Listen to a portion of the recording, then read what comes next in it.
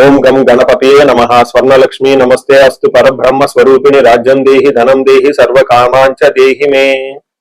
12 రాసుల వారికి లక్ష్మి స్వర్ణలక్ష్మి అమ్మవారి యొక్క కృపా కటాక్షం వలన ప్రతి ఒక్కరికి ఆత్మజ్ఞానం కలిగి ఉండాలి. తద్వారా ప్రతి నిమిషం ప్రతి సందర్భంలోనూ సంతోషంగా ఉత్సాహంగా ఉండే విధంగా అమ్మవారికి అందరినీ ఆశీర్వదించాలని, అంతేకాకుండా రాజ్యం దేహి మన అందరికీ మంచి పదవి, ఉన్నతమైన స్థితి, ఒక అధికారం, దర్పం అన్ని కలిగించాలని, దానితో పాటు స్వర్ణలక్ష్మి అమ్మవారు ప్రతి ఒక్కరికి ధన ప్రవాహాన్ని కలిగించాలని, ఫైనల్ గా సర్వకామాంచ దేహిమే మనం అనుకున్న ప్రతి కోరిక కూడాను ఇమ్మీడియట్ గా తక్షణమే అమ్మవారు మనకి నెరవేర్చాలని చెప్పేసి అమ్మవారు ప్రార్థన చేస్తూ, గణపతిని కూడా మనం చేసే ప్రతి దానిలోనూ మనకి బుద్ధి సిద్ధి చక్కటి విజయాన్ని, ఒక మంచి వివేకాన్ని కలిగించాలని, సత్ డిసిషన్స్ మంచి నిర్ణయాలు తీసుకునే విధంగా మనకి గణపతి మనకు కృప ఉండాలని చెప్పేసి ప్రార్థన చేస్తూ, మనం ఈ రోజు టాపిక్ చూసుకుంటే సూర్యుడు వృషభ రాశి నుంచి మిథున రాశిలోకి మారుతూ ఉన్నారు. దీనిని మనకి మిథున సంక్రమణ అంటారు. అంటే ఇది 12 రోజులు ఉంటుంది ఈ సంక్రమణ. మనకి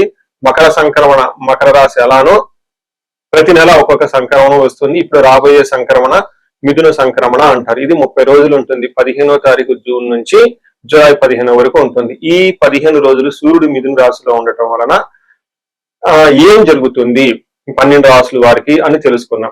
అయితే ముఖ్యంగా సూర్యుడు మారటం వల్ల సూర్యుడు ఎలాంటి విషయాల్లో మనకి ప్రభావాన్ని చూపిస్తాడని తెలుసుకున్నాం. సూర్యుడు వచ్చేటప్పటికి ముఖ్యంగా 8 రకాలైన అంశాలపైన ప్రభావాన్ని చూపుతూ ఉంటారు.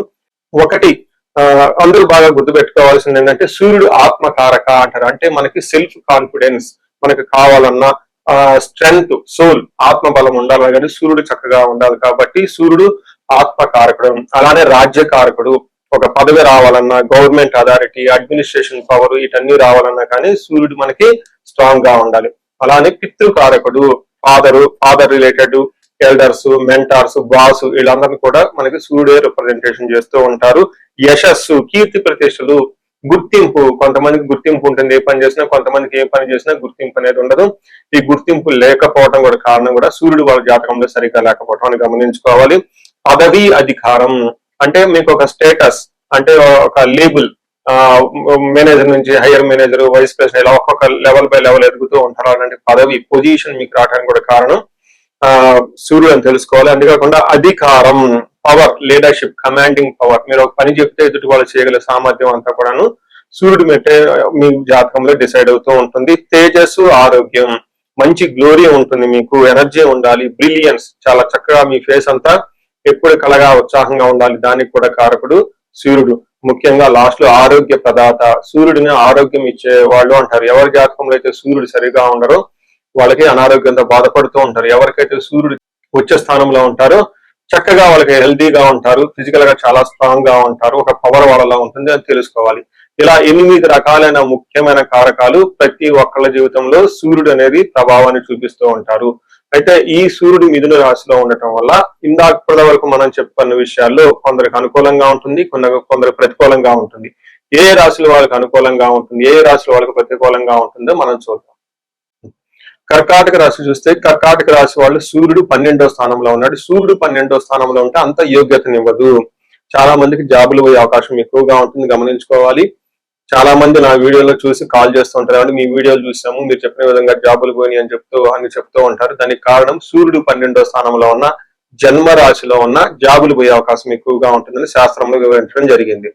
వీరికి 12వ స్థానం వచ్చేటప్పటికి హాస్పిటలైజేషన్ కి సంబంధించి కానివ్వండి, లేదా వీళ్ళు ఆధ్యాత్మికంగా ఎక్కువగా ట్రావెల్ చేయటంలో కానీ, లేదా విపరీతమైన ఖర్చులు పెట్టే అవకాశం కూడా ఎక్కువగా ఉంటుంది. దూరంగా ఐసోలేషన్, ఉన్న ఊరు నుంచి, ఉన్న ఇంటి నుంచి కొంతకాలం దూరంగా ఉండి ప్రయాణాలు చేసే అవకాశం కూడా ఎక్కువగా ఉంటుంది. ట్రాన్స్ఫర్స్ అయ్యే అవకాశం ఎక్కువగా ఉంటుందని గమనించుకోవాలి. అలానే ఎన్ఆర్ఐలు ఎవరైతే ఉన్నారో వాళ్ళకు కూడా కొంచెం ప్రాబ్లం అయ్యే అవకాశం ఎక్కువగా ఉంటుందని గమనించవచ్చు. 12వ స్థానంలో సూర్యుడు ఉంటే ఏం జరుగుతుంది? మనకి ఫస్ట్ మహర్షులు సంస్కృతంలో ఏం చెప్పారో ఒక శ్లోకం తెలుసుకొని చూసి దాంట్లో మీనింగ్ కూడా మనకి వివరించే ప్రయత్నం చేస్తాను. మనకి ఇందులో ఏం చెప్తారంటే శ్లోకంలో స్వస్థాన నాశనం చైవ బంధు రోగ ధన వ్యయ ప్రాణ పర్యంతం మాపత్యం అవమానం రవే వ్యయస్థానం. వ్యయస్థానం అంటే 11వ స్థానంలో కనుక సూర్యుడు ఉంటే ఏమవుతుందంట, స్వస్థాన నాశనం చైవ, ఉన్న పదవిని పోగొట్టుకుంటారు. ఎవరైతే ఒక మంచి పొజిషన్ లో ఉన్నారో వాళ్ళ ఇండివిజువల్ జాతకంలో గనుక జాతకం సరిగా ఉంటే కొంచెం అవమానాలు ఎదురవుతుంది, కొంచెం స్లో అవుతుంది. ఇండివిజువల్ జాతకంలో కనుక సరిగా లేకపోతే ఇది దానికి యాడ్ అయ్యి ఇంకా ప్రాబ్లం, జాబులు పోయే అవకాశం ఎక్కువ ఉంటుందని గమనించుకోవాలి. స్థాన నాశనం, ఉన్న పదవి నుంచి కోల్పోయే అవకాశం ఉంటుంది తెలుసుకోవాలి. ఇంకా రాజకీయ నాయకులు కానివ్వండి, పోలీస్ డిపార్ట్మెంట్ లో ఉన్న వాళ్ళు కానివ్వండి, లేదంటే గవర్నమెంట్ అఫీషియల్స్ ఎవరున్నా, ఈవెన్ ఎన్ఆర్ఐలు ఒక మేనేజర్ లెవెల్ పొజిషన్స్ లో ఎవరైతే ఉంటారో, మిడ్ లెవెల్ పొజిషన్ లో ఎవరైతే ఉంటారో, టీమ్ లీడర్ ఎవరైతే ఉంటారో వాళ్ళకి విపరీతంగా ప్రెషర్ వచ్చే అవకాశం ఉంటుందని గమనించుకోవచ్చు. ఎవరైతే ఆన్ పే స్కూల్లో ట్రైనీగా ఉంటూ ఉంటారు కొంతమంది, అలాంటి వాళ్ళు కూడా ఇబ్బందులు పడే అవకాశం ఎక్కువగా ఉంటుంది. డాక్యుమెంటేషన్ వెరిఫికేషన్స్ లో కానివ్వండి, బాస్ ద్వారా కానీ చాలా ప్రాబ్లం వచ్చే అవకాశం ఉంటుందని గమనించుకోవచ్చు. అంతేకాకుండా వీళ్ళకి బంధు రోగ ధన వ్యయం, బంధువుల వలన అలానే రోగాల వలన ధనం వ్యయం ఖర్చు అవసరం ఉంటుంది. మీ బంధువుల్లో ఎవరికో ధనం అవసరం అవుతుంది, మీరు వాళ్ళకి హెల్ప్ చేయాలనే ఉద్దేశంతో ముందుకెళ్తారు. ఆ తర్వాత వాళ్ళకి మీకు వచ్చే అవకాశం చాలా తక్కువగా ఉంటుంది. అలానే రోగాల వలన కూడా ధనం ఖర్చు అయ్యే అవకాశం ఉంటుంది. హాస్పిటలైజేషన్కి వెళ్ళటం, అక్కడ విపరీతమైన మందులు, వాటికి ఈ స్కానింగ్ రిపోర్ట్లని అవని ఇవని మెడిసిన్ విపరీతంగా ధనం ఖర్చు పెట్టాల్సిన అవసరం ఎక్కువగా ఉంటుంది. అంతేకాకుండా ప్రాణ పర్యంతం ఆపత్తిం అంటే ప్రాణాలు పోయే అంత విధంగా ఆపత్తులు ఉంటాయి, తర్వాత ఇబ్బందులు ఉంటాయి అని గమనించుకోవాలి. వీటితో పాటుగా అవమానం, విపరీతమైన అవమానం జరిగే అవకాశం ఉంటుంది. మిత్రవైరం, జ్వరాలు, విచారం వీటితో పాటుగా ఉంటుంది. చూసుకుంటే 12వ స్థానంలో సూర్యుడు ఉండటం వల్ల కొంచెం ఇబ్బందికర పరిస్థితులు ఉంటాయని గమనించుకోవచ్చు. అంటే ఇందులో కొంచెం పాజిటివ్ సైడ్ లో కూడా సూర్యుడు వీళ్ళకి 6వ స్థానంలో చూడటం వల్ల, 6వ స్థానంలో సూర్యుడు చూడటం వల్ల మీ యొక్క ధైర్యము, రిస్క్ టేకింగ్ ఎబిలిటీస్, మీలో కరిష్మా చాలా చక్కగా ఉంటుంది. శత్రువులు ఎవరైనా వచ్చినా గానీ మిమ్మల్ని అయితే ఏమీ చేయలేరు, వాళ్ళు అంతే వెళ్ళిపోతూ ఉంటారు. అలానే హెల్త్ కు సంబంధించిన వ్యవహారాలు కూడా చాలా స్ట్రాంగ్ గా ఉంటారు. సో హెల్త్ కి సంబంధించిన విషయాల్లో స్ట్రాంగ్ గా ఉంటారు. శత్రువులు అయితే మిమ్మల్ని ఇబ్బంది పెట్టాలని చూస్తారే కానీ మిమ్మల్ని అయితే ఏమీ చేయలేరని గమనించుకోవాలి. సో చూశారు కదండి, ఈ రాశి వాళ్ళకి 12వ స్థానంలో సూర్యుడు ఉండటం వల్ల కొంచెం ప్రతికూలమైన పరిస్థితులు, ఇబ్బంది పడే పరిస్థితులు ఎక్కువ ఉన్నాయని గమనించుకోండి. చక్కగా పరిష్కారాలు చూపించుకోవటం, పరిహారాలు చేసుకోవటం ఎంతైనా అవసరం. మనం పరిహారాలు చూసుకుంటే సూర్యుడికి కొన్ని పరిహారాలు మీరు చేసుకునే పరిహారాలు కొన్ని ఉంటాయి. కొన్ని వచ్చేటప్పటికి బ్రాహ్మణ పండితులతో చేయించుకోవటం చాలా ముఖ్యం. కొన్ని క్షేత్ర దర్శనాలు కూడా చేసుకోవటం చాలా చాలా ఇంపార్టెంట్. ముందు ముఖ్యంగా మీవంతా సెల్ఫ్ రెమెడీస్ అంటారు, మీరంతా స్వయంగా చేసుకునే పరిహారాలు కొన్ని ఉంటాయి. అందులో ముఖ్యంగా చూసుకుంటే సూర్య నమస్కారాలు చేయడం చాలా ఇంపార్టెంట్. సూర్య అష్టకం చదవటము లేదా ఆదిత్య హృదయ స్తోత్రం చదవటం కూడా చాలా ఇంపార్టెంట్. ఎప్పుడైతే ఆదిత్య ఉదయ స్తోత్రము, హనుమాన్ కార్యసిద్ధి మంత్ర రెండు కలిపి చదువుకలిపితే ఇంకా చాలా మంచి రిజల్ట్ ఉంటుంది. సో ఇక్కడ ఆదిత్య హృదయ స్తోత్రంతో పాటు హనుమాన్ చాలీసా గానీ, హనుమాన్ కార్యసిద్ధి మంత్రం గానీ చదువుకుంటే ఇంకా చక్కటి మంచి రిజల్ట్ వస్తుంది. సో ఇవన్నీ మీరు చేసుకునే మీ వర్క్ మీరు చేసుకోవచ్చు. ఇంకా టెంపుల్స్ కి వెళ్ళేసి అక్కడ నవగ్రహాల చుట్టూ తిరిగి గోధుమలు కనుక దానం చేయగలిగితే, సద్బ్రాహ్మణులకి, సత్పురుషులకి చేయగలిగితే ఇంకా మీకు చక్కటి మంచి రిజల్ట్ వస్తుందని గమనించుకోవాలి. సో అది మీ వరకు చేసుకోగలుగుతారు. మీ ద్వారా కాకుండా కొన్ని సమస్య తీవ్రంగా ఉంటే పండితుల్ని కలిసి లేదంటే మా ద్వారా అపాయింట్మెంట్ తీసుకొని జాతక చక్రం కూడా చూపించుకొని చేపించుకోవడం చాలా ఉత్తమం. ఇందులో ముఖ్యంగా సూర్యుడికి సంపూర్ణమైన శాంతులు చేయాల్సి ఉంటుంది. గ్రహ శాంతి అంటారు. ఈ గ్రహ శాంతిలో సూర్యుడికి జపాలు, దానాలు, తర్పణాలు, హోమాలు ఇవన్నీ చేస్తూ ఉండాలి.